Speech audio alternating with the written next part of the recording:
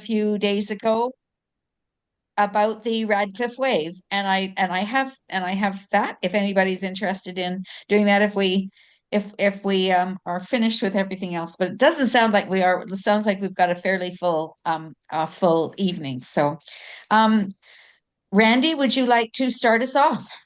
Sure. Oh, sorry. Stop for a minute. Stop, Randy. Sorry. Whoops. Um, um, hello. I forgot to even say welcome to everybody to the RASC Astro Cafe for Monday night, December the 2nd. Can you hardly believe it's December? This is just amazing. And I would like to also acknowledge that I'm on the lands of the Wasanic people here on the Saanich Peninsula, and am happy to be able to look out at gorgeous Brentwood Bay and be able to live under their skies. So thank you to the Wasanic people. Is there anybody that is new today? I recognize most of the names. And in fact, I've been really happy because I've actually met people in actual person this week because I've said hello to Natasha, I've said hello to Carlos, and as I'm wandering around with calendars, I get to actually meet people in actual person, so that's really kind of fun to be able to do that. So is there anybody that's brand new? David. Okay, David, can you introduce yourself in a few minutes? Oh, how old did I? Second. Yeah. Okay, I'll get you to do that. All right. So if we don't have anything else or anybody new or online or at the center, we will continue on here. Randy, now I'm going to let you do your presentation. Okay, so we'll get David when he shows off his telescope. Yes, yeah.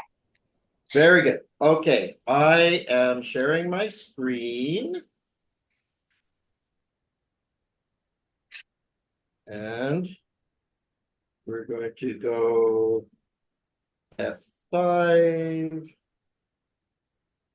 And so I start with the picture I took last year in Thailand of the sun going down over the Sea of Siam with the fishermen. And this is my way of introducing this email that I got from Natasha. And Natasha, why don't you tell us what you were hoping I was going to talk about? Well, very briefly, the phases of Twilight. I didn't know there were 3 phases of Twilight, so that's the curiosity peak, and I thought I'd ask you if anyone would like to do a presentation about it. Well, thank you. And I love it when I get questions like this because it gives me, there's so many things that you can talk about. And so when I get questions like this, so I encourage all of you, if you want to get me to do a little bit of a deep dive, you're always welcome to give me a little write at pastprez@victoria.rasc.ca. Okay, so let's start about sundown on the moon. And this is the sketch I did last Saturday. And the picture of what NASA says I was looking at. So the important thing on the moon is there's no atmosphere. So either the sun is up or it's not.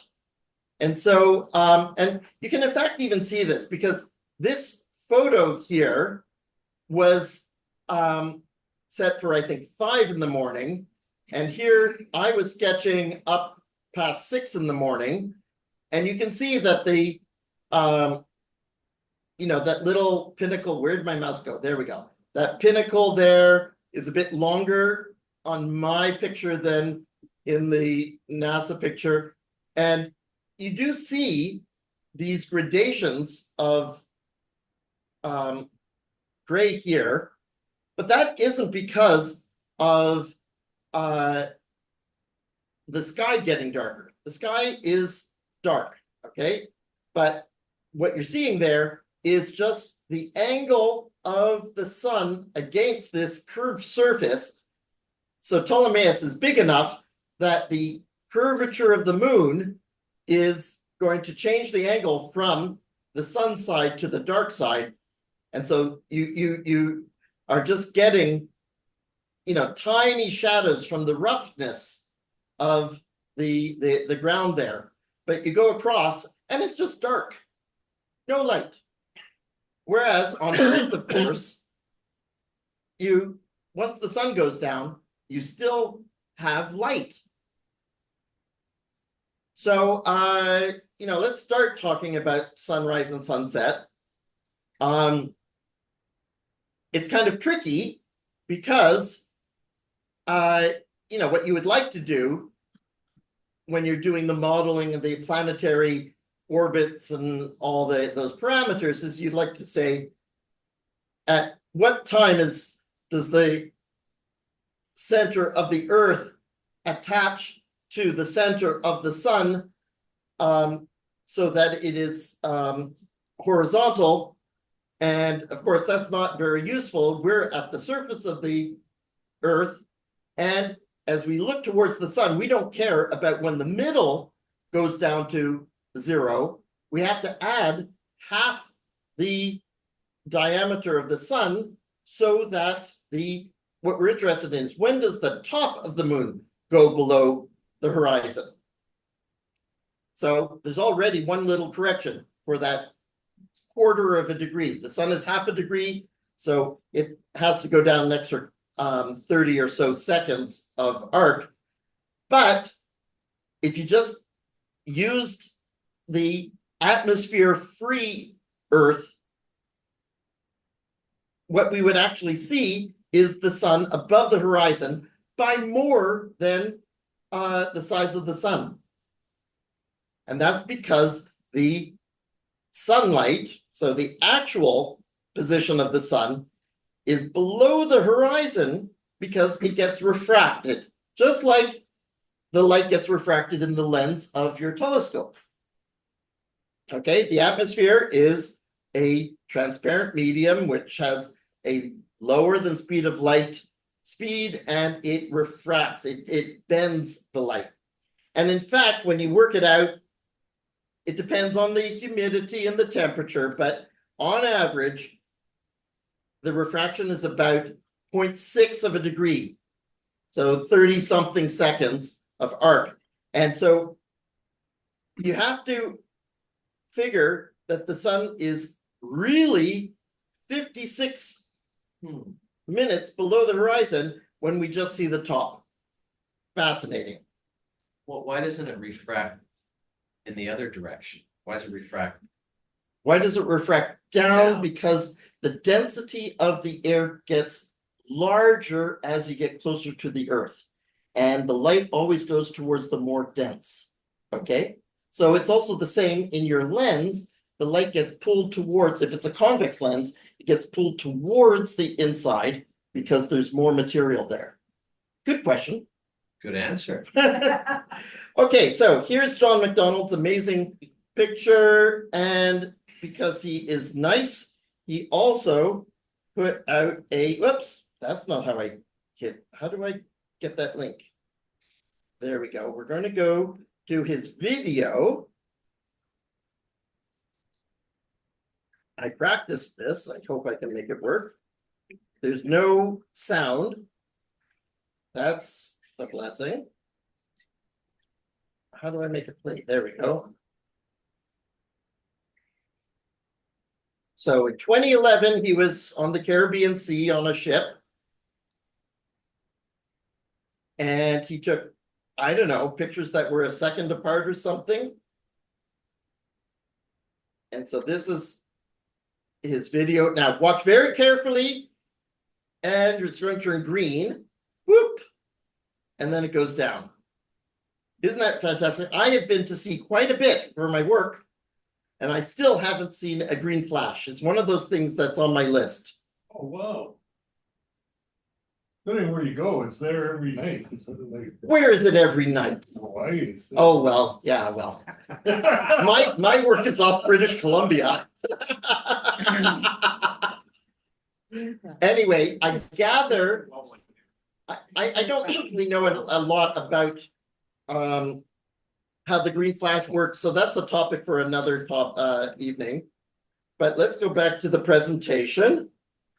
Yeah, so another thing that I really like just after sunset, and this is a picture from Joe Carr, is the belt of Venus. So this is kind of an anti-sunset. You know, when you look where the sun was, you get orange in the sky, and that's because the blue light is not diffracted, it is scattered. Thank you. The blue light is scattered away, and so what's left is the red light. And that red light gets through the atmosphere and it goes up across, and you see this beautifully. You go up, Clover Point or anywhere where you're looking east at sundown, and you see just over the horizon, it's kind of dark blue, and then it gets pink, and then it turns to blue again. That's called the belt of Venus, and it's just, again, the scattering of the blue light, letting the red light through. Super cool. You see it any nice clear night. Okay, so right now, let's get really to the essence of Natasha's question. Oh, yeah, Shauna. Sorry, why Venus? Because Venus is beautiful. Oh, Nothing to do with the planet. It's a good question. Yeah, I was confused at first too. Nothing to do with Venus. But sometimes you see the planet Venus in... Isn't it always? No, you will never see the planet Venus in the belt of Venus. Venus is always close to the sun, which is behind you. If you're looking at the belt of Venus, You need something else. there's no way that you're going to see Venus there. Oh, just a minute. Venus can be 45 degrees away from. Yeah, you're not going That's to not the other side. Yeah, you're not. It can be either side. Yeah, but not, Oh, it's You'll the never other see- side. You're right. not- It's not yeah. 180. never see it.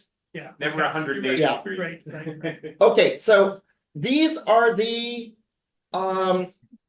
definitions, but it's important to realize that there's the general sense of these different twilights. And by saying the 6, 12, 18 degrees, that is just because it works.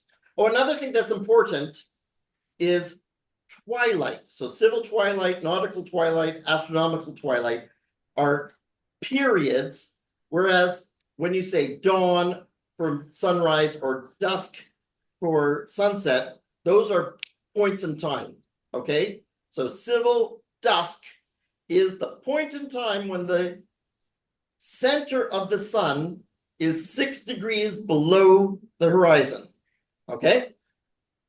So let's go into this a bit. So I got these from a website. Oh yeah, this is from Time and Date. Time and Date is a wonderful website that, as well as giving you good information, they explain it really nicely. So civil twilight is the time when the sun is below the horizon, but you can still see things. Okay, you don't need street lights on. You don't need to do anything. You know, the laws concerning artificial lighting in cities and things are for after civil dusk. Okay, the lights don't have to go on until the sun is 6 degrees below the horizon, and the reason is that you can see everything. Okay, it's not a big difference. It gets colder, but you can still see things just fine. And you certainly, other than the moon and maybe Venus, you're not going to see anything up in the sky. And even Venus is going to be hard. At nautical twilight. Why is it called nautical twilight? Because you want to use your sextant to figure out where you are when you can see the horizon, so you need daylight, and when you can see the various stars and planets. And so that time when it is getting dark, but it is not dark, is the perfect time to do your navigation. And so that's called nautical twilight. Once you get down below, once the sun gets below 12 degrees, below the horizon, then we are in what's called astronomical twilight, because you can start seeing lots and lots of stars and making wishes and all the things that we like to do. Okay, but until it gets down below 18, then the astrophotographers are still unhappy. It's only once you get past that point that they think that they can actually see their little white fuzzies. It's my experience that astrophotographers are always unhappy. But lunar astronomers are always happy. Might be true. So now take a look at, so the way you have to look at this diagram is the cyan, the light blue, shows you how many hours from sunrise to sunset. And then in the blue is that extra twilight time. And I don't know, I didn't remember from the website, but that's probably until the end of astronomical twilight. And so what you see is at the equator, you get 12 hours of daylight, actually a little bit more. Why? Because the sun has to come up. I mean, the sun arrives early because you're just looking at when the top of the sun hits the horizon, and it goes more than 12 hours after because it's not when the center of the sun goes past, but when the top of the sun goes past. So it's a little more than 12 hours of daylight of between, you know, dawn and dusk, but then you have the same amount of twilight regardless of the season. Whereas we're pretty close to the 45, and you see that the it takes longer for twilight to disappear in the summer than it does in the winter. And then, of course, once you're above the Arctic Circle, then, you know, well, this is just at the Arctic Circle. So you still get a bit of daylight because of that half a sun. And you got this huge, long twilight in the winter until it gets really dark. Okay, so there's this guy named Pickle who has a website called Pickle Apps. And he has this kind of calculator where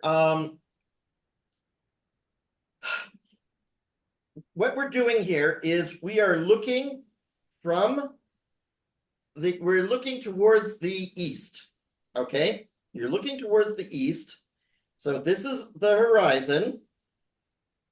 And so I chose for today, December 2nd at 49 degrees. And each one of these yellow dots here is 1 hour. And you can set it for sunset or for sunrise, but it's the diagram is set for sunrise. So it's kind of weird. It's like if there's the north, there's the south, and you are pointing towards the east, and this is where the sun is behind you, something like that. Anyway, don't worry. Oh, Gary has a hand up. Yeah, the previous diagram, please, Randy. Now, being a bit picky here, since the Earth is tilted at about 23 degrees, shouldn't the equator one even have a slight bit of difference, just like the ones below, like a tiny bit, but it shouldn't be absolutely the same, should it? If you're on the equator, it should be the same. Are you sure? I don't think so. I can see if the Earth was straight up and down, yes, but the Earth isn't, it's tilted. That's the definition of the equator. It's the point at which you get 12 hours of from center of the sun to center of the sun. It's by construction. It's a really important thing. That, I mean, if you don't get that, you're not at the equator. I can see how you could be there during the equinoxes. No, the sun is a sphere. So, oh, maybe because it comes in at an angle instead of. Yes, Okay, you know what? We can check this. I know how to check this with what's coming up next. oh, okay. And it might just be that it's too small to see on this graph. It might just be a minute or three. Okay, I let was me, gonna say, I would also argue that they're a bit generous with their daylight hours on the Arctic Circle. yeah, If it's, If it's Solstice, a solstice, it's Yeah. wrong. again, you've got that extra bit before and after. It's a hard crowd, and there, Randy. It's a Yeah. hard sell, okay, but we actually can answer this. Okay, so let me just quickly go on. That is winter and hello, you're supposed to move forward. You're not doing it. There we go. oh, There we are in summer. So the sun always goes around on the same circle, but where it goes on the earth is going to be different. And so we're now going to go to that website. We are going to go to that website, he says assertively. Look at that. it's sunny. Now give us a picture. It's coming. Here we go. Okay, so first let's go to the equator. So I got to go down in latitude. Oops, way too far.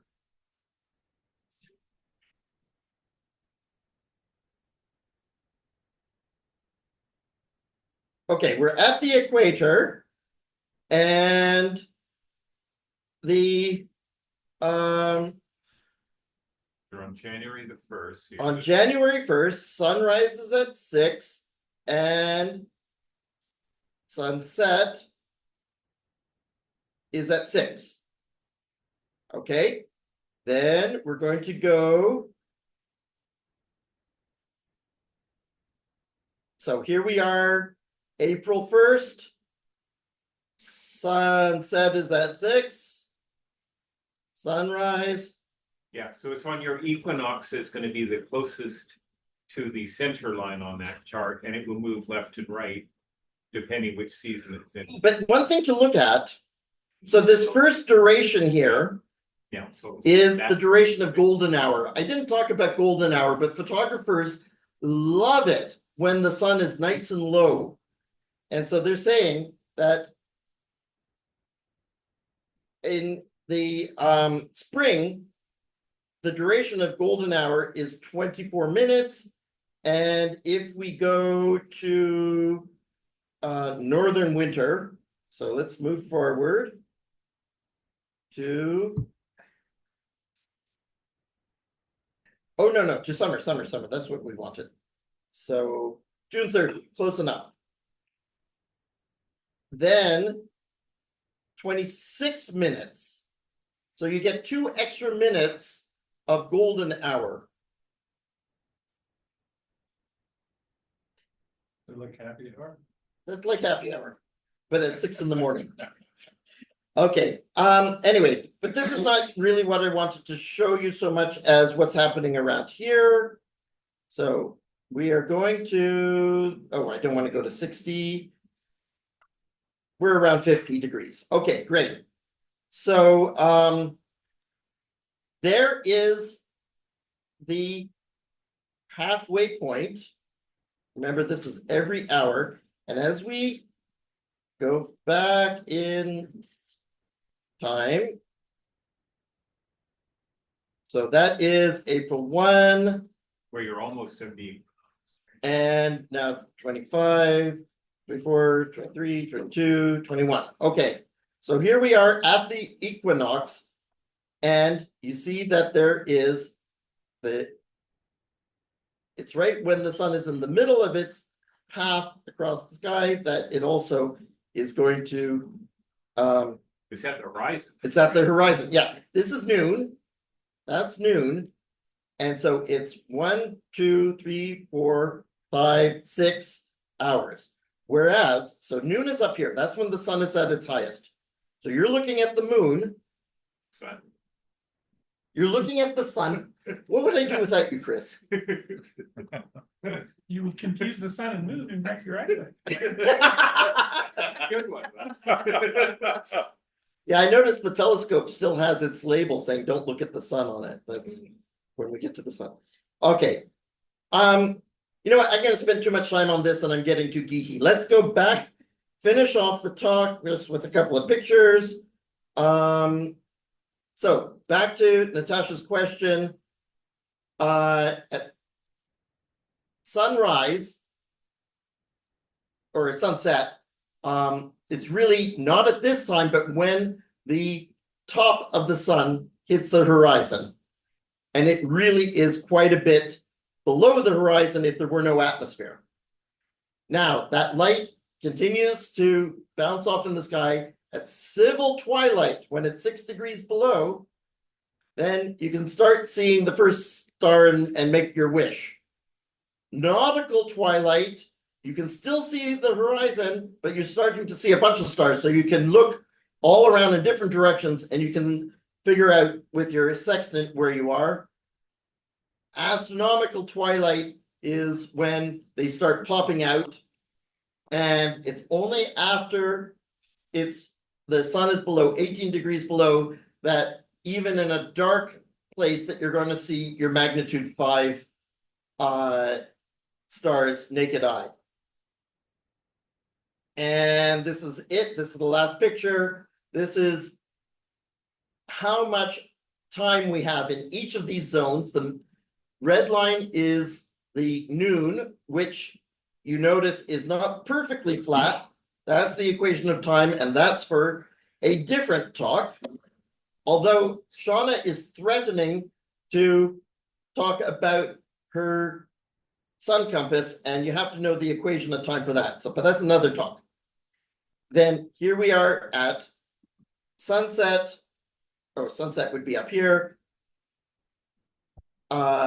Civil dusk, nautical dusk, astronomical dusk. So there you go. That's my talk, and I see a question from Gary.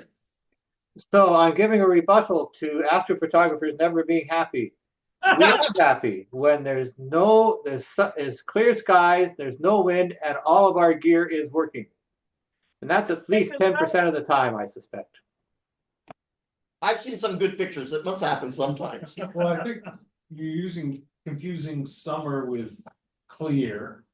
You're confusing autumn and spring with cloudy and winter with extremely cloudy. Yeah, and there are good days.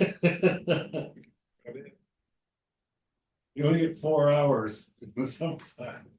Yeah. Oh, yeah. I mean, that's the thing. important. Yeah, you notice what vanishes in the summer. Yeah, and the reason that we hold the star party in August instead of in July is because of this. You know, July is really not very good for seeing dark sky.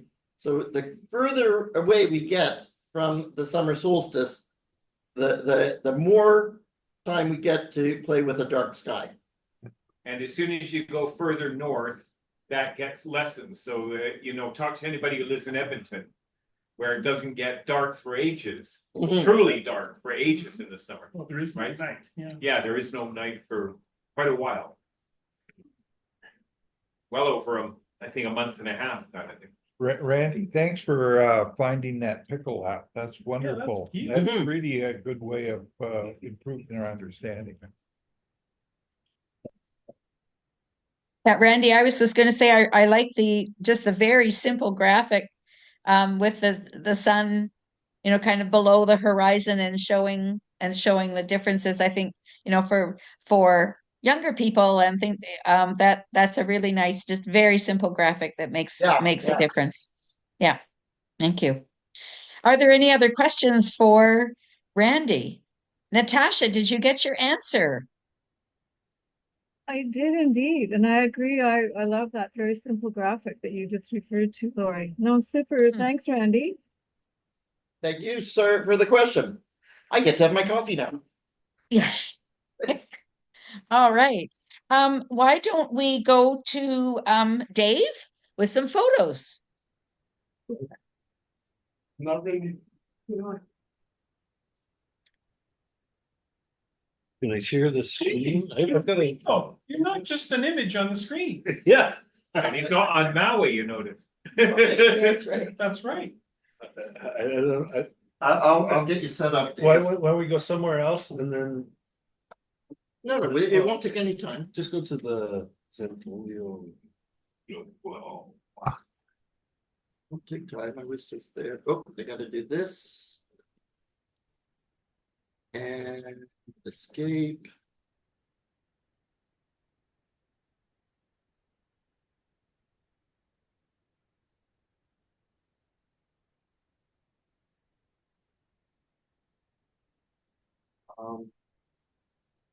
Like- Sorry, guys. Big RASC. No, I have to Going to, I'll do that, and then I'll go here, I'm going to. Z, Norway. there we go. It's in. Now you're on. It's gonna be cold and it's gonna be dark. So, Yeah, take it on your lap. know that. That's right. Okay. Yes. Thank you. Is I this, wasn't is supposed this, to whose go. mouse is this? Is this? No, no, that's for the main thing. Yeah. It was You gotta- more in summer, but anyway, that's what happened. Here we go. Okay, I've been spending some time doing a deep dive on how stars form. And I won't go into all the deep dive stuff, but I'll just briefly talk about, oops, didn't mean to do that. Just talk about the three main ingredients and what they do. Flour, sugar, water. For pretty much. So I'll start off with a picture of Andromeda Galaxy. It's a nice, well-behaved, it's a little bit dented because of the satellite galaxies around it. But all I want to point out here is you've got lanes of concentrated dust and hydrogen. And that's two of the ingredients you need.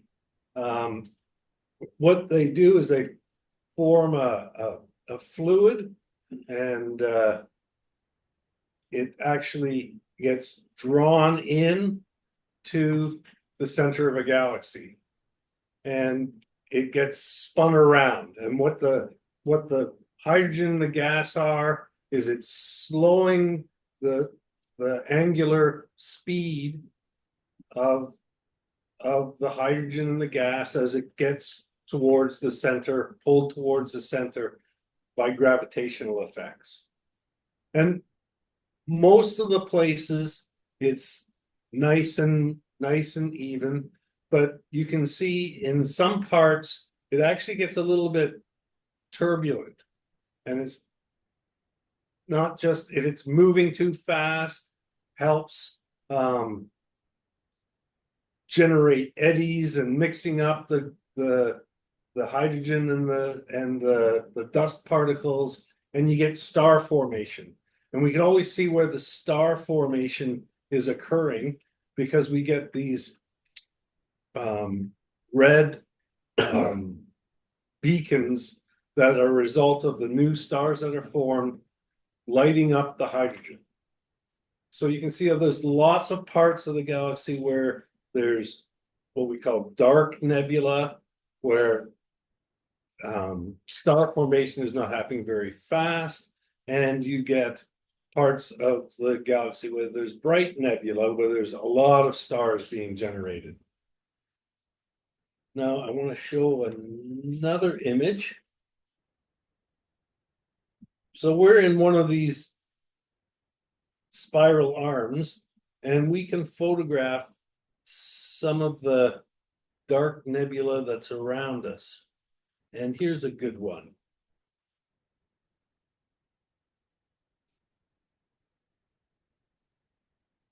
So here's a patch of hydrogen and dust in a more concentrated form.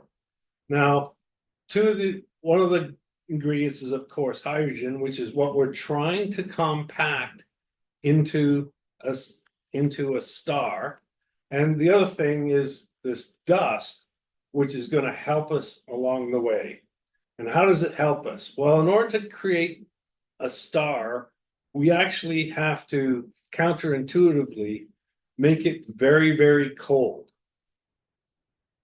And that's where partly where the dust comes in.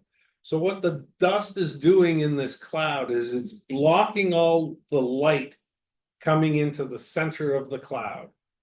So it won't let light in, because if light shines in and hits the dust particles, it will actually warm it up, just like on a sunny day. But what the dust does is it covers it up. And the other thing that the dust does is any heat that it finds in there, it radiates it out. And you can see that there is some light. It's mainly bouncing off this dust, but the light that it emits is actually in the microwave range. And the microwave range is free to flow out of this dust and out into deep space, which is even colder than this dust blob. So I will show you what a phase diagram looks like. And what we have here is a plot of temperature of the dust cloud, or temperature of the hydrogen, and pressure of the hydrogen going up on this axis. One's on a log scale and one's on a linear scale. I'm sorry, I can't read the numbers. So how, like the pressures are vacuum sort of pressures, aren't they? Yeah, so well, along this bottom line, they're vacuum, but along they're actually getting fairly high here. This is in bar. So this is in 1 bar is 1 atmosphere equivalent pressure. But you see the cloud starts down along this bottom line, so it's got very low pressure.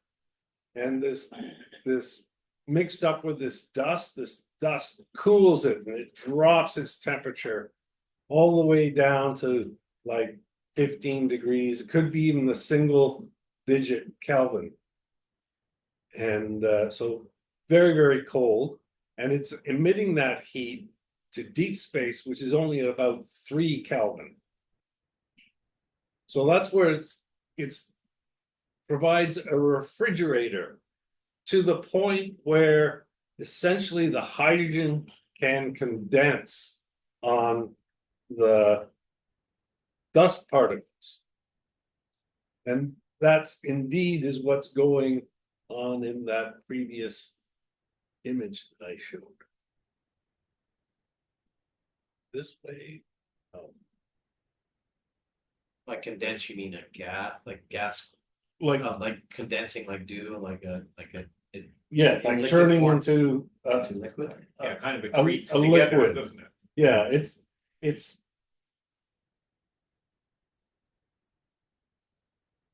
it's more like it frost is the way a dew or a frost that can form a millimeter type layer at the maximum on the actual dust particles themselves. So it's a bit of a complicated process of absorption / dew and flocculation of the dust particles. So this is actually occurring, and there's a couple in this dust cloud, and there's a couple of stars actually coming out of it. So there's actually stars being generated in this dark cloud.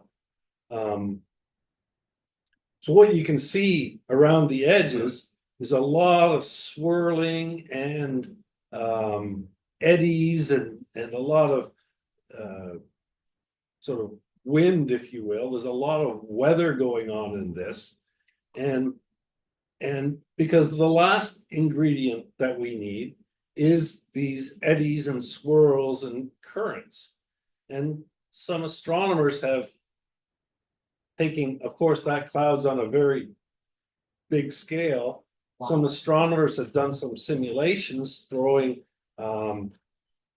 some simulated dust grains with some hydrogen fluid gas and looked at the forces that are involved and the eddies that are going on in here, because the last ingredient that we need to form the stars is the pressure to have that condensation. And normally the gas is very, very low density, and you wouldn't expect that condensation to occur.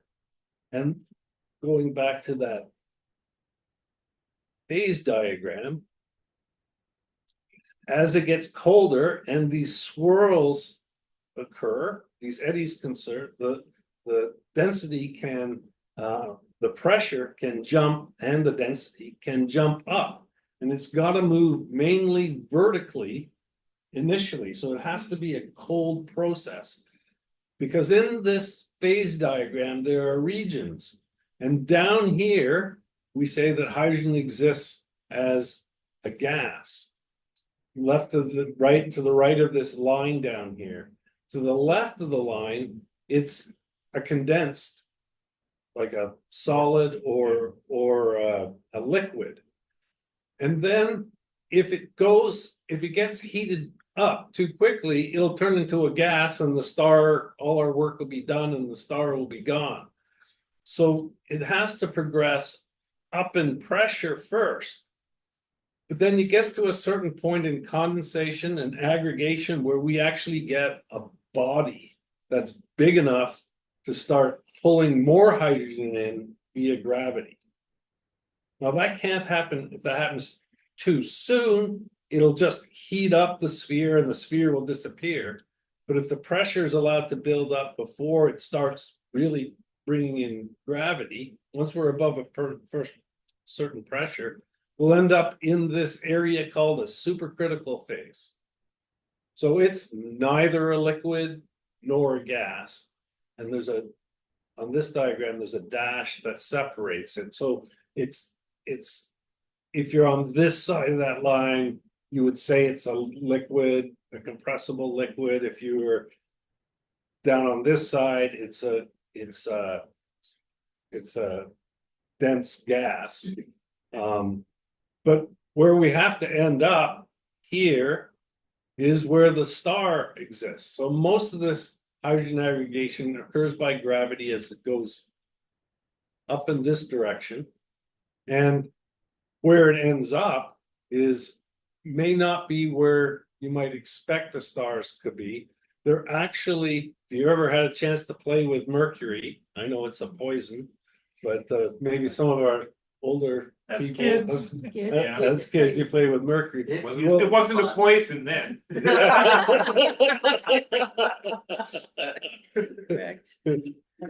It forms actually a metal when it's under this high pressure and high temperature. So it's actually a liquid metal up here. Yeah. So that's the journey. There are other things that help it along the way, and if I've got a write up with my images. So if you go through my images, you'll see how I explain these steps. I've lumped it into A, B, and C as these different processes are going on. So please visit our Zenfolio site and have a look. And if you are interested in it, please send me a note and let me know that I'm doing something useful. Are these your diagrams? Like you annotated them? I've annotated them, yeah, but they're just off the internet. Yeah. There's a lot of hydrogen research going on. One since the 70s, because it was a fuel for rockets. So we have to. That's essentially the process that we do to make rocket fuel is the same sort of thing. And the other thing, it's hydrogen is called a thermodynamic obscenity. It's being researched quite a bit as an alternative fuel used instead of having electric vehicles. You can power your vehicle with hydrogen, but it is nasty stuff. It dissolves in steel. It goes right through steel. It makes steel brittle, it's very explosive.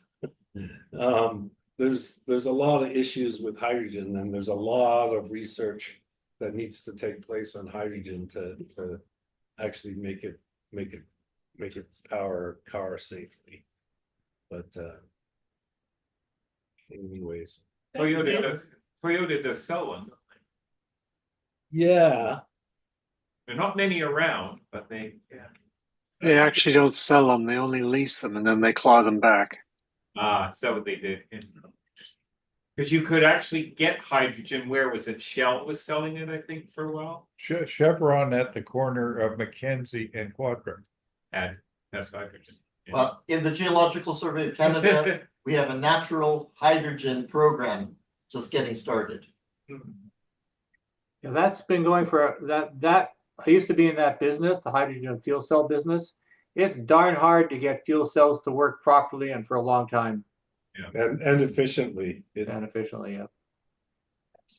But your diagram, Dave, works for me. I appreciate seeing that. I hadn't quite understood it in quite that fashion before, and that's thank you very much. Yeah, I agree. That was useful. I mean, basically, you hear the public story that gravity collapses the cloud, and I guess in the last phase that's correct, but we don't see gases collapsing due to gravity because there's just very little gravity to.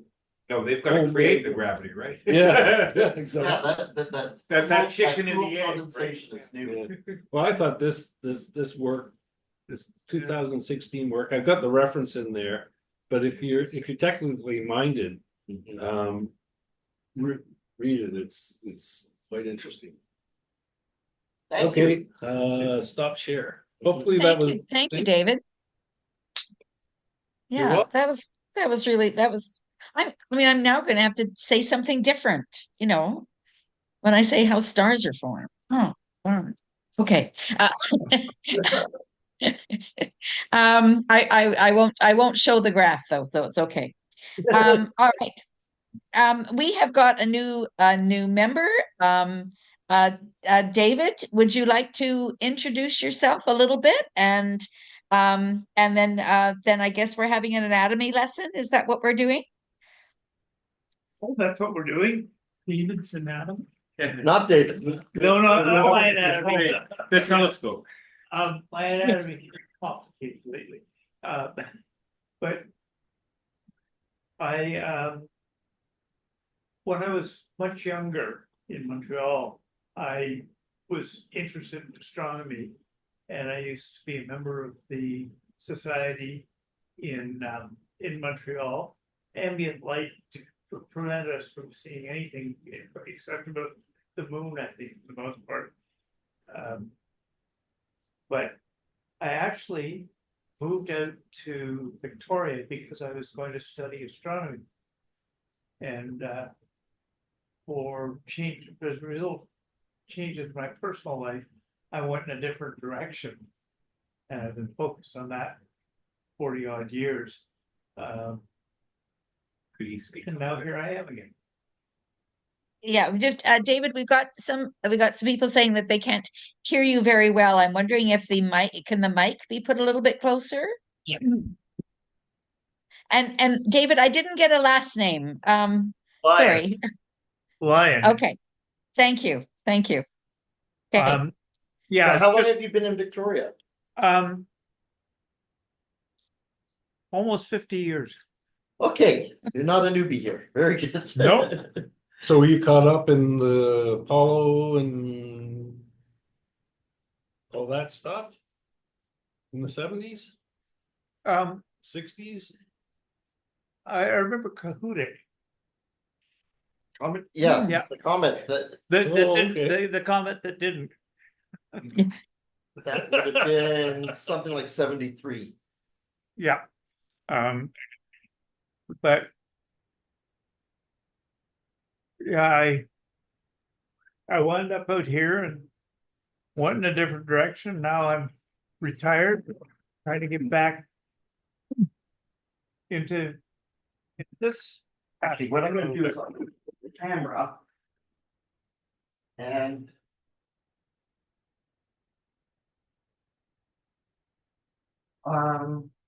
can we focus on this? Chris, can you make us focus on this camera? Set the focus of the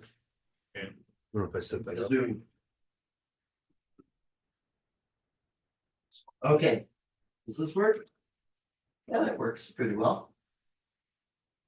So we're going to just pin. You wanna pin this? Yeah, let's pin this. Okay. Where are we?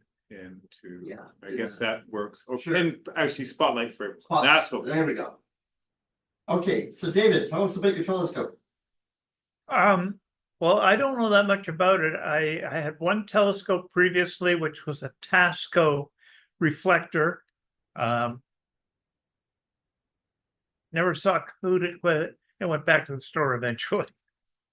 My family got me a smaller sky watcher telescope, and I couldn't make it work on this mount, so I bought a bigger one. So And so you've had it, but you haven't used it yet. that's right. I have not seen anything through it. Okay. So I can't tell you much about it. I'm looking forward to it. Okay, so let's first of all just say what is Sky Max 127? So 127 means 127 millimeters, so it's a 5-inch Yeah. mirror. And if we open this up, can you do that? It's a Maxitov. Yeah, it's a That's great. Maxitov. What's massive? So for people who don't know, or do you want to say it? You go ahead. So it's got way down inside, it's got that 5-inch spherical mirror. Why spherical? Because it's way easier to grind a spherical mirror than a parabolic one. But it means that the light doesn't come to a single focus. And so Dr. Maksutov, he was a Russian around the war, I think. Does anybody know who Maksutov was? Yeah, I'm not sure. I'm sure he's Russian. He developed this geometry where there's a corrector lens. And the thing that makes this corrector lens so satisfying is it also has spherical surfaces. So it's way easier to make than a Schmidt-Cassegrain. And If you come over, I was gonna say, if you come over this way a little bit, just kind of shoot it from the side. Just shows, maybe you can sort of see the curve on the corrector. yeah. And the other thing is you just have to paint the middle with the reflective coating. And it's the right shape for making your nice focus through the hole in the bottom of the mirror. Back here. Okay, back here. So the light. Here, you hold this. That's right. So the light comes in parallel and will bounce off the mirror, bounce off that little bit of aluminized bit and the corrector plate, and then we'll go down to the back where you could put an eyepiece, but David has a camera. Nope. That's not a camera?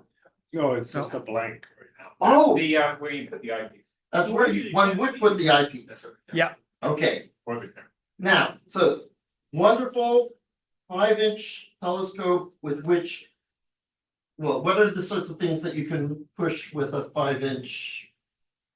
Well, the good thing about Microsoft is it's really good for putting a long focal length in. Yeah. In What's the, where's the flash? 1500 1500 millimeters for F12. for a telescope that's Ah. that long. So for me, that means magnification, it means planetary. Right. So- Yep, and lunar, apparently. Or a long time with your camera. Kirsten Yeah. just, But they're for long focal length. Okay, keep focused on that. Kirsten just shared that she has the same telescope and she really likes it. Oh, good. So now, it's not just that it's a really nice telescope, but he's got this beautiful mount.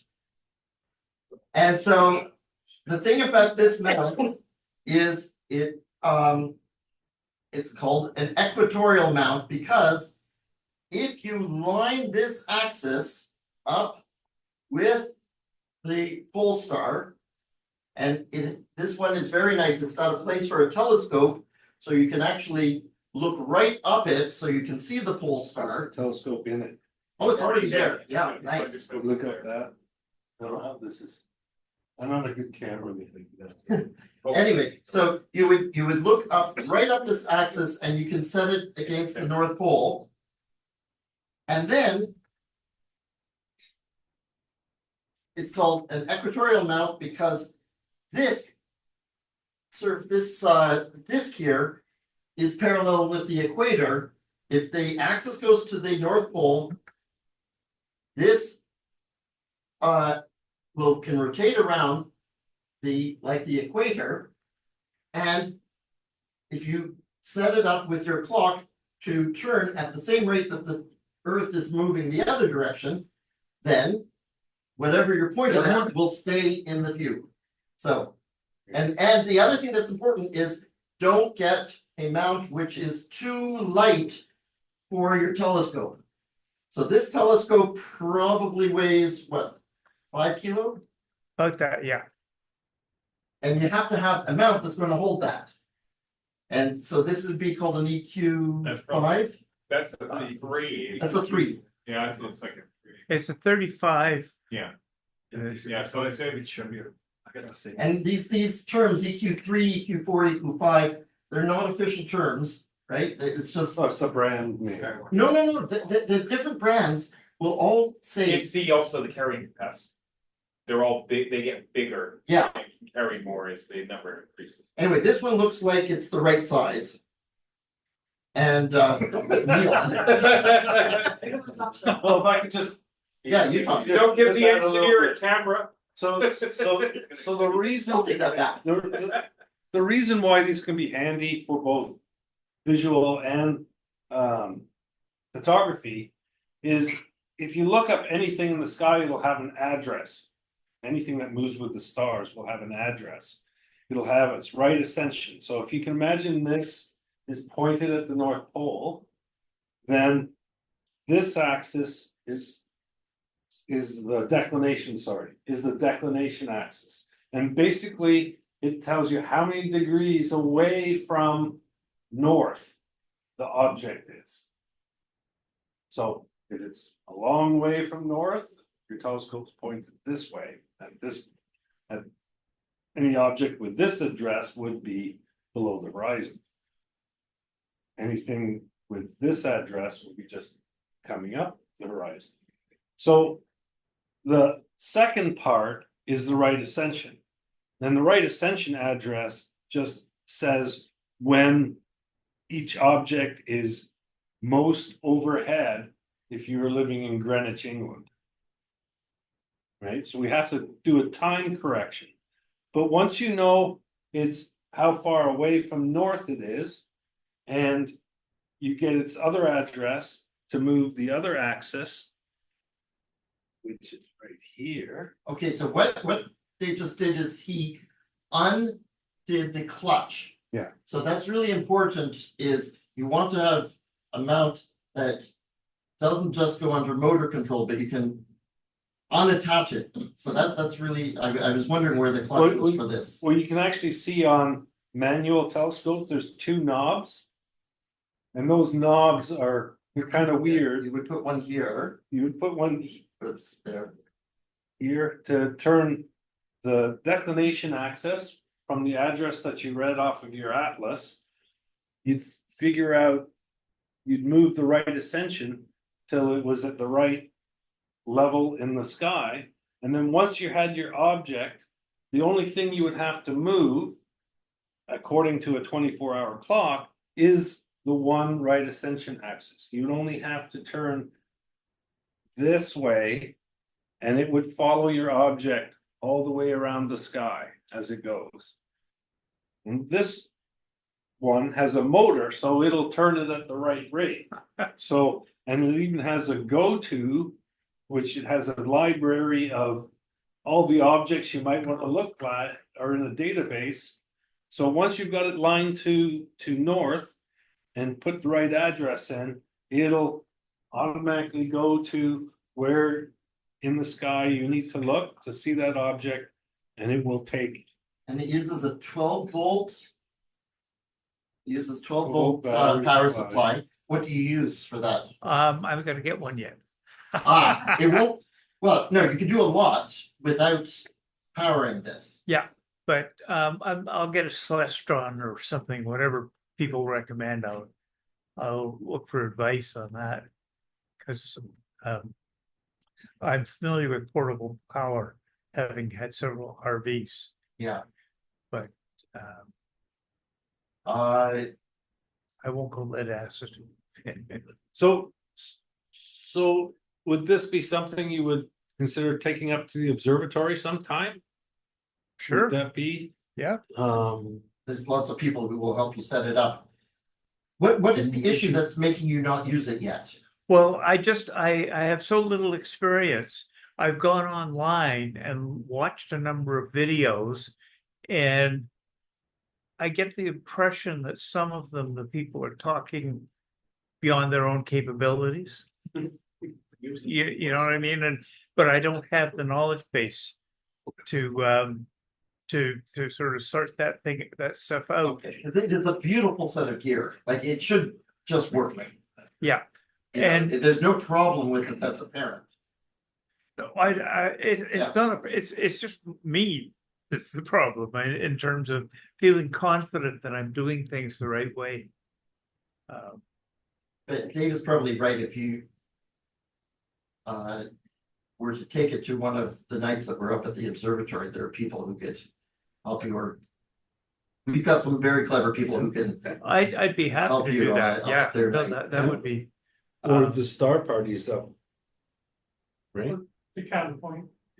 Or Catapult. Yeah, Yeah. no point. I mean, it's not, from my perspective, it's not going to be a situation where I'm looking for, high quality results. I just want to know how to use it. And if I could see something with it and make it work this way it's supposed to, that's fine. But the basics of the equatorial mount is something that's basically on many of the videos that I've looked at. They don't even explain the basics. Yeah. Right.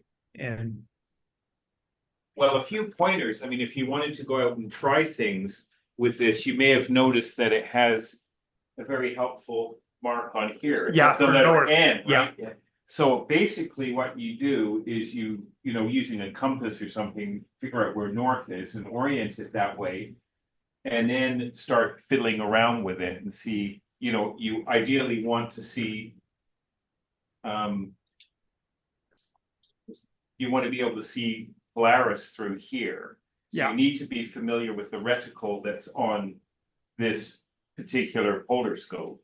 okay. So you can take this out, because it's awkward to get on famous last words, but it does unscrew. Let's see which one if I can see which one it's got. There's a couple of different types, but anyways, it tells you where to put Polaris. And you want to get this angle.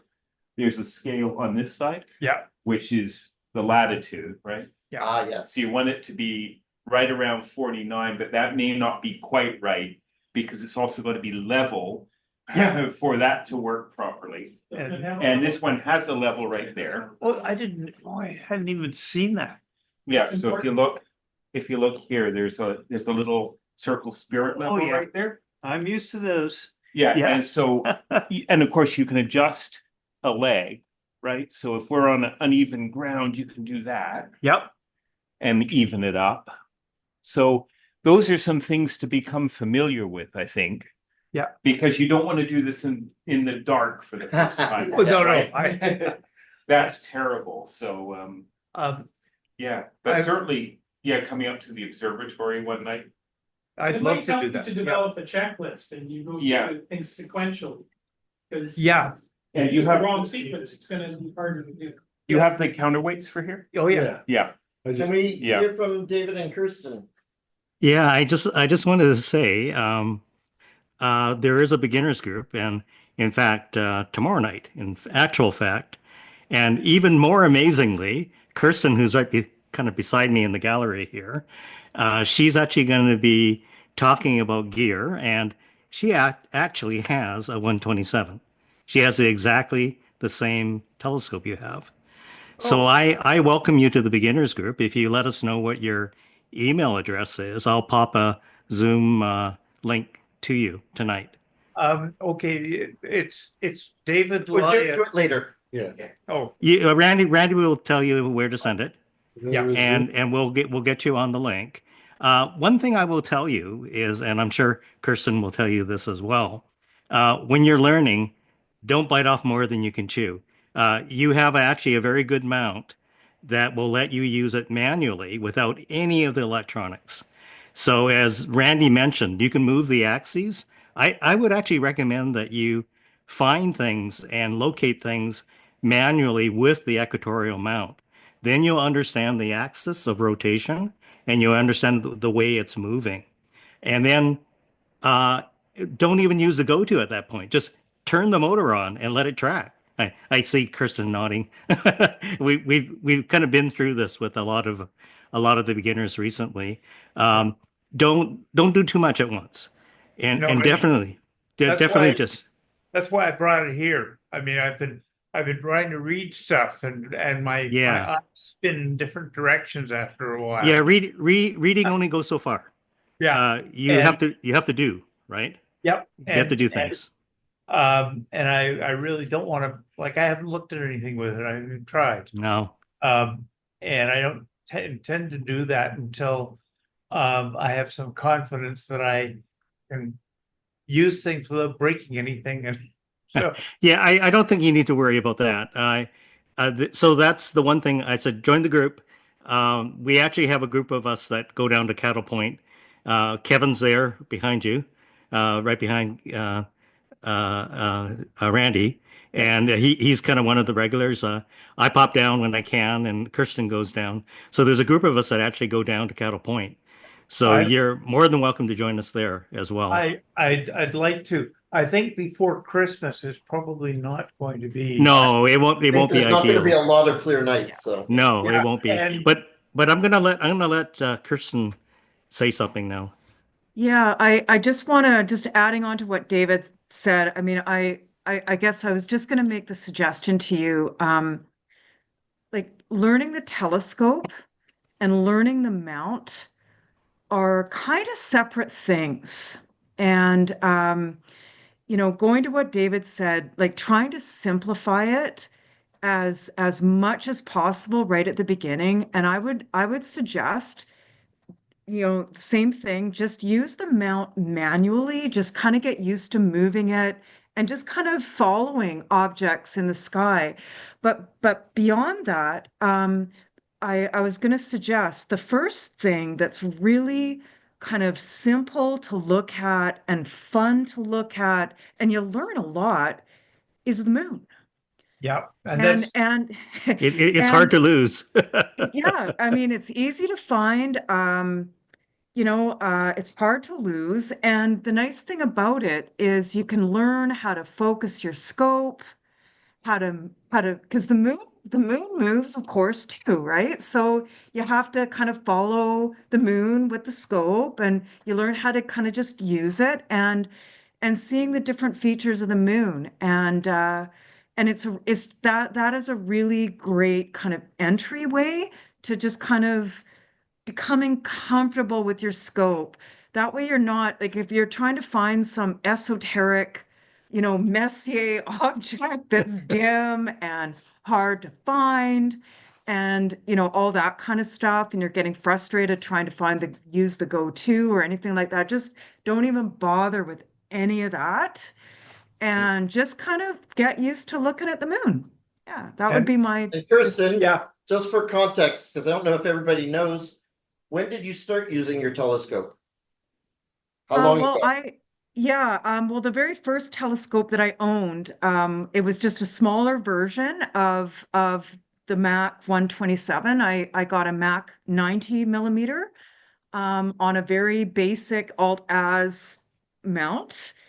And the very first thing I did when I got it was look at the moon and figuring out how to use how to put the eyepiece in, And how to focus it. And I mean that was an accomplishment. Mhm. I was There's a lot of skills involved, and I think we forget that. And I think that's why we become overwhelmed because we try to do too many things at once. Yeah, and I plan to basically focus on local stuff. I'll probably think of a few things that I want to look at elsewhere, right? Just to see what they look like. But I plan to focus on things that will let me learn how to use the telescope properly. That's perfect. And the advice about local objects, if I may call them that, planets, is very moon. well Yeah. taken. Thank you. Do you have somewhere where you can look out during the day easily? Not really. Well, not at the night sky, just look at something that's far enough away that you can start playing with the focus, because that really helps too. That could be a good place to, it's gonna look weird because it's not a terrestrial telescope, but at least if you can learn how to focus it on something, a ship out in the water or something. Yeah, not quite that. Not that good. No, we don't have a view as such. No. But I get your point and that walk before you even try to run. Probably before you walk. So just be prepared that it won't be the same orientation as looking for binoculars. It'll probably be upside down or backwards or something. Oh yeah, right. So yeah, but at least you get the idea of where the focus is, and yeah, you never want to start trying to use this in the dark. That is very The other important. thing is the moon is visible during the day, yeah. so that can be very useful. I did get a book, the backyard stargazer guide. Yeah. That's a good one. Fourth edition, and I went through a lot of reviews, and everybody spoke very highly of it. So. That's a good one. It is a good book. Yeah, because it's easy to go into the store and be bamboozled by all these fancy books. I think you've done the right thing. You've joined a community. That's the beginning. Yeah. Yep. Well, thank you very much, David. Good luck. It looks like a lovely telescope. I would love to have that mount. If you ever want to, not have the mount, that's what I want. There we go. So please come and join us. There's lots of places for you to get some experience with very experienced people that are sitting around you right there. So let's move on. Susan, you're going to tell us a little bit about New Zealand. Okay, can you hear and see me? Yes. Unpin the room from the Zoom feed. Unpin. Remove spotlight. Remove spotlight. There we go. Can somebody pin? There we go. Okay, Susan, now we can see you. Okay. Can you see this? New Zealand. Yes. Yeah, okay. Maybe could somebody pin Susan, please? Pin me. Do that. I can do that. Okay. I know how. Did I do the wrong thing? You put her in the waiting room. Oh, I did the absolute wrong thing. Oh. How? What? No. Please don't. Okay, I did the worst thing. Yeah, I don't know how to get her. Participant. Susan, Yeah, there. admit. That would meant you were. That was me. Okay, now. Are you back? Yeah, she Yay! It's whoever's talking. I am so sorry. Stop talking, Lauri. Okay, Spotlight for everybody is what. spotlight. There you go. I'm so sorry. Okay, am I unmuted now? Yes. Yes. Okay. So I was trying to figure out how best to talk about this experience. And I will say that the purpose of my talk is to praise and I'm sorry, I keep forgetting the right name, but what the volunteers are doing at the center of the universe is stellar, no pun intended. But I am absolutely blown away. So I thought what I'd do is tell you about my first experience at the center of the universe, and then tell you about my experience in Tekapo, New Zealand. So when I went to the center of the universe the first time was about a year ago, and I was greeted at the door, and I was given a brief orientation to what the possible things were that I could look at.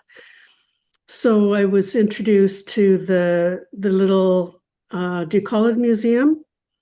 And I went and heard the second half of a children's talk, and then I heard a very funny debate about whether Pluto should be made a planet again.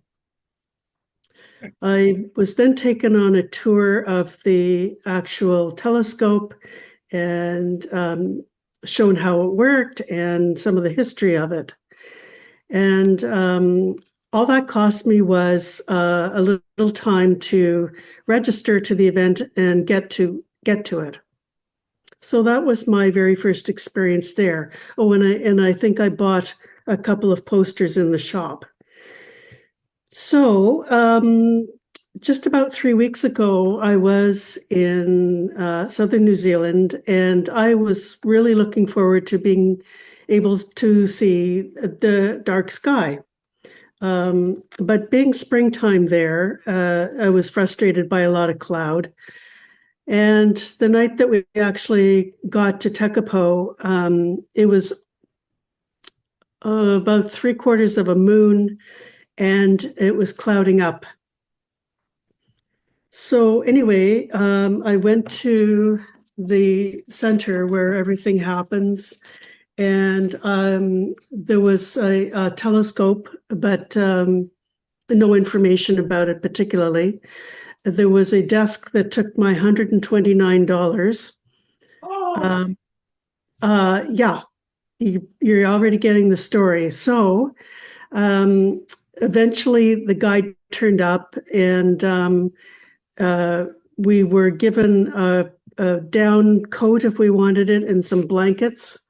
And we piled into a bus and we drove about 5 minutes to what they call the crater experience. And I'll just read what the brochure says. Nestled in a giant purpose-built crater to provide maximum wind protection and minimum light pollution, our expert astronomy guides will enhance your knowledge and understanding of our southern skies with our powerful optical telescopes. If weather conditions prevent us from taking you on the experience, you'll still experience the wonder of the skies with our guides from the comfort of our indoor virtual stargazing. So anyway, they deemed it worthwhile to take us up to the crater, and there were 4 telescopes. And when the primary speaker started out by saying that the sun was made out of gas and that the earth and the moon came from the sun, I tuned out, and I went and started looking through the telescopes. And I got to see Saturn again, but the first time I saw Saturn was, I think, at our August event, and I think it was David Payne's telescope that I looked through. And what I saw down there was a very similar look. Anyway, I sort of wandered in and out looking through the telescopes. One of them, and I don't have the techno speak, but one of them, she said I was looking through the telescope at a computer screen of the Laguna Nebula, and that was pretty cool. And then they turned the one of the telescopes towards the moon. And they gave people the opportunity to use their camera to take a picture of the moon. So after about 45 minutes, we trundled back to the center and gave back our down coats, and that was it.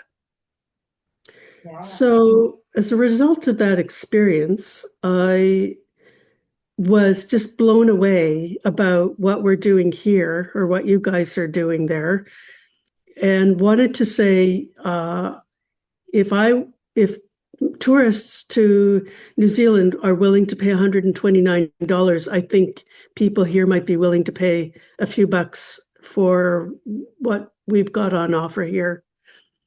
So my intention was to praise your program to the hilt. So anyway, I bought a postcard, and let's see, are you getting that? Yeah. Anyway, that's what I had hoped to see in New Zealand, and I didn't. But I don't blame anybody, and I don't blame the weather. It's just the way it is. And here's the brochure for the night sky experience. I just Googled the cost if you want to go to the summit. Is $209. So, Susan, in that picture, the postcard picture, is that what they'd call the church, the old church? Yes, it is. Ah, okay, thank you. Yeah, I think that's in Tekapo. Yeah, that's right. I've seen it. Yeah. Anyway, other people before I went on the trip suggested that, I might walk outside of the small towns where I was staying to see the sky, but it was cloudy and it was late because, of course, it was spring, so the true dark wasn't happening very late. So I'm looking forward to, on our own experiences at our own little observatory, I think I've seen more sky than I did in New Zealand. So even with our undark sky, I'm thrilled with what opportunity we have here. So that's my pitch for you guys. So was that up Mount John? Oh heck, I don't think so. Where the observatories are? Well, okay. Well, Now the university observatory. Okay, It's so outside Tekapo. Okay, so the summit experience is at Otahiwai University of Canterbury, Mount John Observatory. Yeah. Okay. So the crater experience was not up there. It was elevated somewhere, and it was a human-made crater. Oh.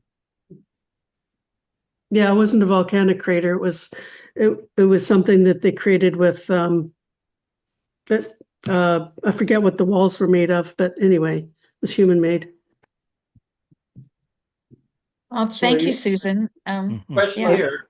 Are you not allowed to just drive up Mount John on your own? I don't know. I was with a tour group, and we had virtually no time. We arrived in Tekapo about 5 o'clock at night, and our experience, we drove up at 10 at night, and then the next morning my group was gone. So yeah, I didn't have any opportunity. So it's sort of like on a cruise where you book a shore tour. It's an extracurricular tour. Yes. Part of your tour. Okay. Well, it wasn't actually part of the tour. I had to sign up separately for it. And so there were people from all kinds of countries and reasons for being there. They might have been New Zealanders for all I know.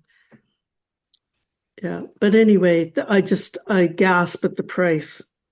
There were a couple of questions here in the room. How many were with you? How many were in that group when you visited that observatory? How many? There were 2 bus. I'm trying to remember now. I didn't prep for questions like that. I'd say there were, oh goodness, I think there were 46. Yeah.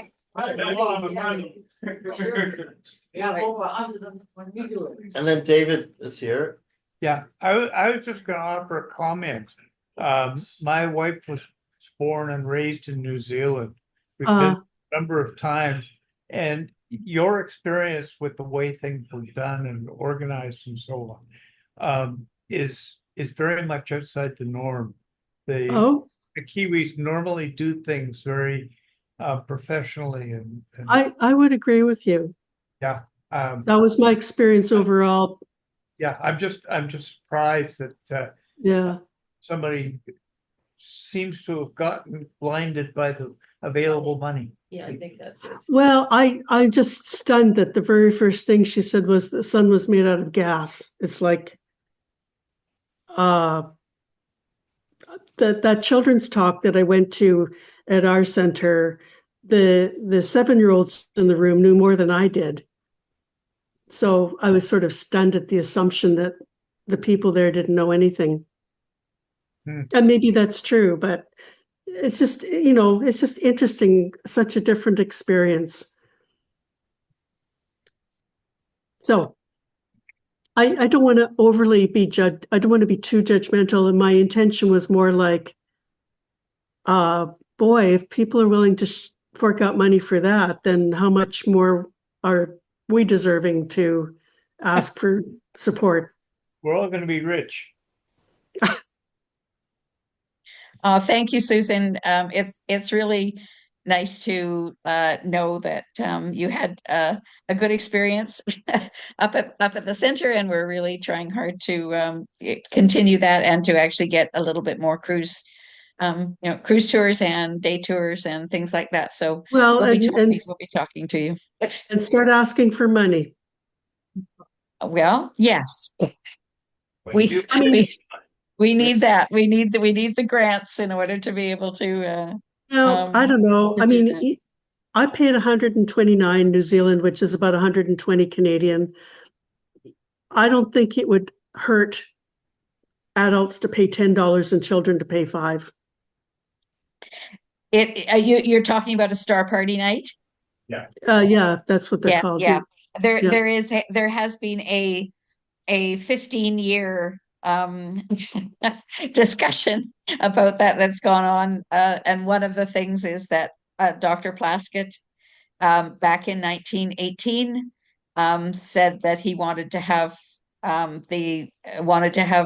Saturday nights put aside for the public for the telescope, and that there would be free public access to that. So we have kept that, but there certainly is pressure to have possibly, some sort of a small fee for the star parties. So we'll see. We'll let you know. I must say, I learned so much that first time that I went. And I just think it's really bang on good. And the place in Tekapo, like even in the reception area, there was nothing to look at except the gift shop. So, yeah. Not what I expected, but there it goes. All right, Kirsten, so thank you. David, do you want to, I think you've already talked a little bit about the beginner SIG. Yeah, I have. Do you have anything else to say very quickly? Because we're kind of done. Yeah. I actually have some breaking news. I got an email from Brian Barber. So this is actually for tomorrow night and also for next week. So Brian just came back from Japan, and he's going to give us kind of like a mini tour tomorrow night at the beginners group. Kirsten will still do her kind of gear breakdown. I think there'll be plenty of time for both. We usually run somewhere between 1 and 1.5 hours, and I think that's plenty of time for both. And and I hope to see what Brian comes up with for the cafe for next week as well. So yeah, I do welcome people to the beginners group. It's a bit of a misnomer. Beginner is probably not a good way of describing it. I like thinking that people enter there And there's usually a lot of people that are quite experienced that are willing to sort of share their knowledge. You can certainly ask lots of questions, and we expect people to. And yeah, it's just a little community that we have developed for people starting out. And an extension to that is maybe getting out occasionally out to Cattle Point. And don't forget, the center itself has the Victoria, the Victoria Observatory, the Center of Observatory as well. And many of you probably know that we had a bit of a hardware failure, but we're hot on the trail. Reggie and I are going to be working on that in the next couple of days. The computer has already been received. All the components are received. I'm just building the plan for it, and I'm hoping to have it up and running within hours of getting it into the observatory. Kirsten. Kirsten has Oh, a sorry. question. No, not a question. Sorry. Please finish, David. I just wanted to make sure. I just have a couple comments about the UVic meeting next week. That's all. Oh, okay. Yeah. So that's basically it. So anybody who isn't aware of the beginners group, please let me know. It's actually quite a large group. I'm actually quite surprised by the interest. I think there's a lot of people that want to ask questions. No question is too silly. We honor all questions that come to us, and there's always great information within the group.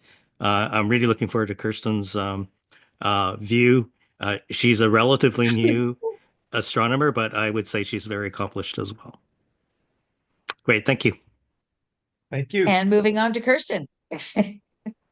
I just wanted to let everybody know that I do believe, even though our scheduled speaker for our monthly meeting next Wednesday, December the 11th, even though the speaker canceled about a couple weeks ago, he's actually, I've rescheduled him for April.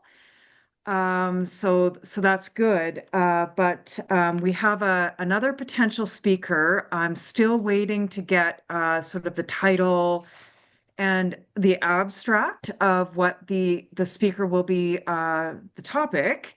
But tentatively, she's confirmed. We should have a presentation by Amy Archer, who is the vice chair of the Friends of the Dominion Astrophysical Society. So hopefully that goes forward.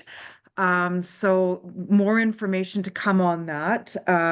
Anything going wrong there, we'll have I guess a members' night, but hopefully we'll get the information out. And also just to let people know, we do have speakers now confirmed for January, February, March, and April of next year. So hopefully none of them will cancel. But yeah, so that's worked out. And so at this point, we're just looking for a final speaker for next May. So yeah. Are we in the normal room or do we have to? I don't know. Oh, I we don't don't know know. yet where we are. Okay, fair enough. Presumably somebody will tell us. Abstract and who's making the talk. Okay, thank you. Thank you, Kirsten. And I know that it's really when people cancel and you're racing around trying to find someone else, it is rather strenuous to get everything all done. So thank you for all your extra help on that regard. So I just wanted to just say thank you to everybody who has paid for their calendars and any of the other any publications. I think there are still a couple of people who I need to get the calendars to, and a few people who have the calendars but who have not paid yet. So we still need a little bit of some reconciling of some of that to go, but it's getting down to, I think I've got the last 6 or 7 calendars that need to be brought to people, and I'm hoping to get that done within the next week or so. I believe that I have I possibly have one almanac left, and I have one explore the universe or explore the moon with a small telescope. I have one of those as well that is left. So if there's anybody that still would like one of those, just let me know, and you can and I can see if I can get them to you. So that is that. For the friends, just talking about that, we are having our solstice party on the 21st of December. Saturday just happens to be the 21st, and we are having a pancake breakfast in the morning, and then in the evening we'll have our regular star party that will be there. And I think we're going to be having usually we have a little bit of some information on the solstice, and then we also have a Oh, we lost you. Sorry. I don't have the name of the speaker sitting right in front of me, but it's usually quite a fun night in order to for that, and we hope everybody that can come. If it's a lovely night, of course, RASC members, you're very welcome to come up and put telescopes up on the deck or in the parking lot, and come and come and help us out. For the pancake breakfast, we do have to pay for that. So so that is a fee organized event.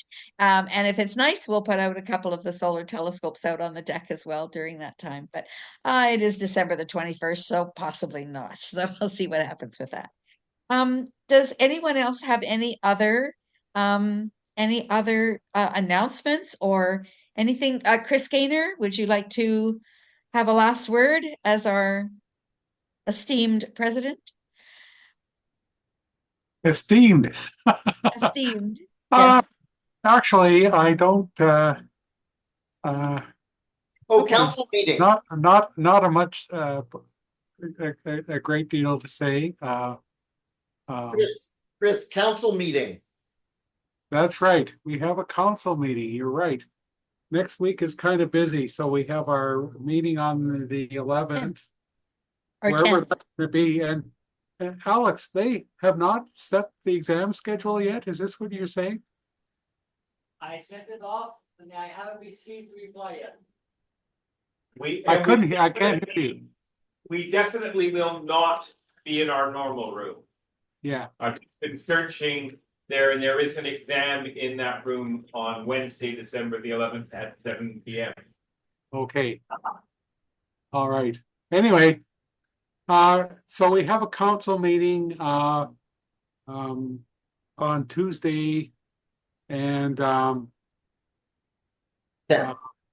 I believe the meeting will be at 7:30. I think we tried it at 7, and that didn't go over very well for very good reasons. And I'm just waiting to get the minutes from that meeting so I can draw up an agenda. But I think it was kind of felt that we needed to have a meeting before Christmas, just because there's a few things coming up in the new year. So, one of which is the annual meeting, which will be February the 17th. Have I got the right date there, Chris? Oh, sorry, just dropped my phone. AGM is February 10, social dinner February 24. Oh, the 10th. So it's 2 weeks. Okay. So the 10th, and we have to get all ready for that. And then the social, which we hope everybody will come, is at the 4 Mile Pub, and as the same as last year, and we have room for about 60 people to come.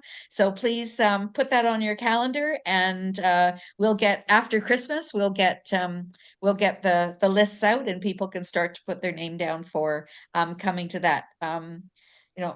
Bring a friend or an enemy, whatever, and then come along with us. So, is there anybody else that's got any other things? Otherwise, I think maybe we're done for tonight. Thank you to Natasha for the question, to Randy for an answer, for David, for letting us see a little bit of your new telescope, and Susan for bringing us a little bit of some sunshine or not from New Zealand. That was great. Thank you. Actually, All right, Lauri, yes. could I just make one request? I'm Yes. your host next week, and in addition to Brian Barber's tour of Japan's astronomical areas, I wouldn't mind if people just brought their thoughts about their favorite book. So that might be an interesting thing for people that haven't done all their Christmas shopping yet. It might be nice to see what people think are good books right now. Yeah. Thank you. Nate, thank you. All right, so we'll say good night to everybody. Thanks everybody for coming. We've had a good turnout tonight and at Astro Cafe down in Fairfield. And we'll be in touch again. Thanks everybody. Good night. Bye.